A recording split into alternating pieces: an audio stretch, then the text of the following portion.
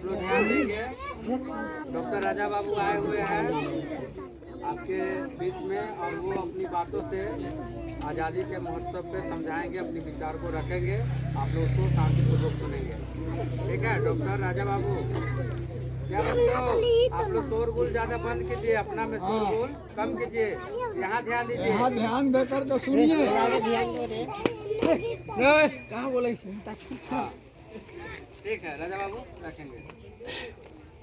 मैं डॉक्टर राजा पटेल अम्बेडकर यहाँ पे आए हुए सभी साथी और हमारे टीचर और बच्चों और बड़े भाई अखिलेश जी और हमारे दादा साहब सभी को मेरा क्रांतिकारी जय भीम प्रणाम करता हूँ।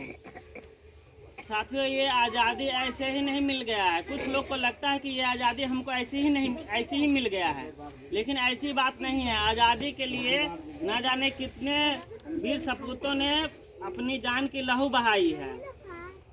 और उसके बाद हम इस गणतंत्र दिवस पे यही कहना चाहते हैं कि आप लोग एक पैर में जूता हो या ना हो, चप्पल हो या ना हो, लेकिन हाथ में कलम जरूर होनी चाहिए। और यहाँ के गार्जियन से भी कहना चाहते हैं कि आप लोग एक रोटी कम खाइए, लेकिन अपने बच्चों को जरूर पढ़ाइए। जिस घर में अगर शिक्षा हो जाए तो उस घर की उन्नति और सब कुछ विकास की ओर जाने लगती है। और इसी के साथ मान के चलिए कि गांधी जी ने नमक के लिए आंदोलन किया, ये तो सब आदमी जानते हैं। लेकिन क्या आप लोग जानते हैं कि एक समय ऐसा भी था कि स्वच्छ पानी पीने के लिए भी हम लोग को आज़ादी नहीं था, तो हमारे बाबा साहब अम्बेडकर ने महान सत्याग्रह करके स्वच्छ पानी पीने का भी आंदोलन चलाया था और हमको हक अधिकार दिया था। हम यहाँ तक कहते हैं कि हम अगर स्वच्छ पानी भी पी रहे हैं तो वो भी हमारे बाबा साहब की देन है। अगर ये हमारा तन पे चमकता हुआ ये जैकेट है, शर्ट है, ये सब हमारे बाबा साहब की देन है। अगर हम स्वच्छ खाना खाते हैं तो वो भी हमारे बाबा साहब की देन है। एक समय ऐसा था कि हम लोग स्वच्छ पानी नहीं पी पाते थे, पीने नहीं दिया जाता था, मेन रोड से चलने नहीं दिया जाता था, और तन पे कपड़ा तक नहीं पहनने दिया जाता था। बोलता था सामंतवादी लोग कि तुम लोग फटा कपड़ा पहनो और नाली से पानी पियो, ऐसा ऐसा दिन था।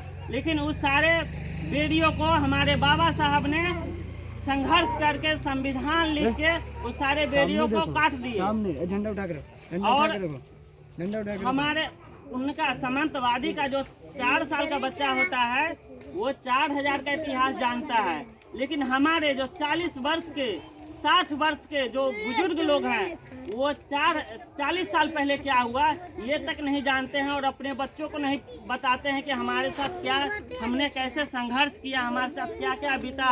ये सब अपने बच्चों को बताने की जरूरत है, इतिहास को बताने की जरूरत है। हम मानते हैं कि भगवान, एक तरह से हम काल्पनिक भगवान को नहीं मानते हैं, लेकिन जो रियल में भगवान है वो है।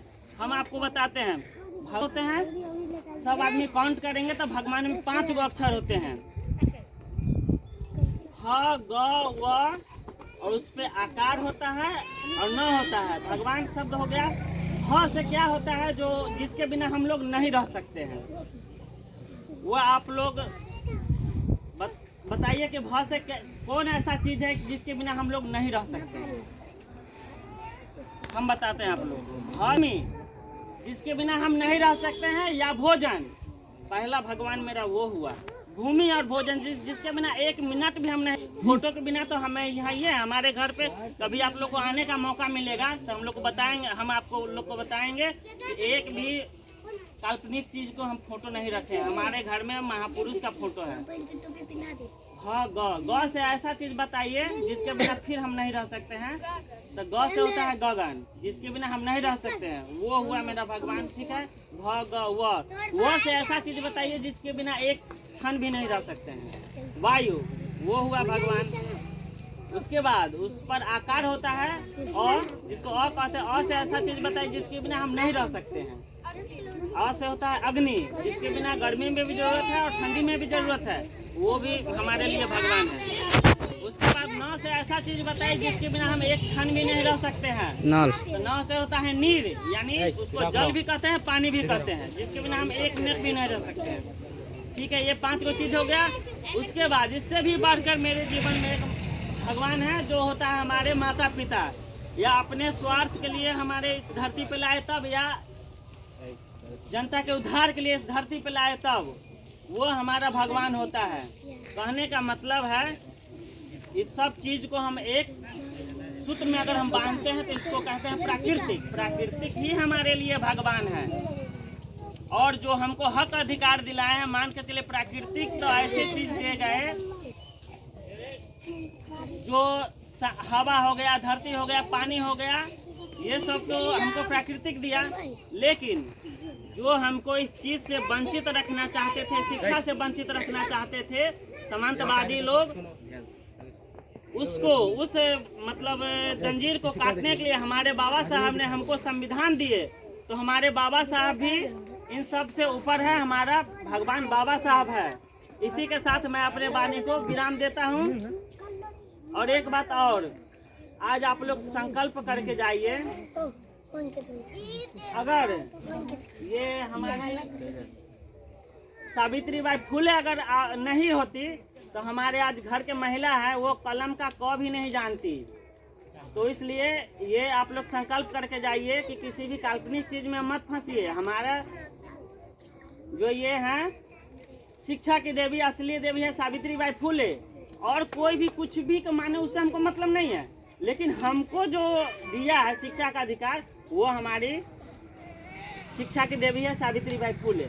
ये आप लोग संकल्प करके जाइए। इसी के साथ मैं अपने वाणी को विराम देता हूँ। सभी साथियों को जय भीम।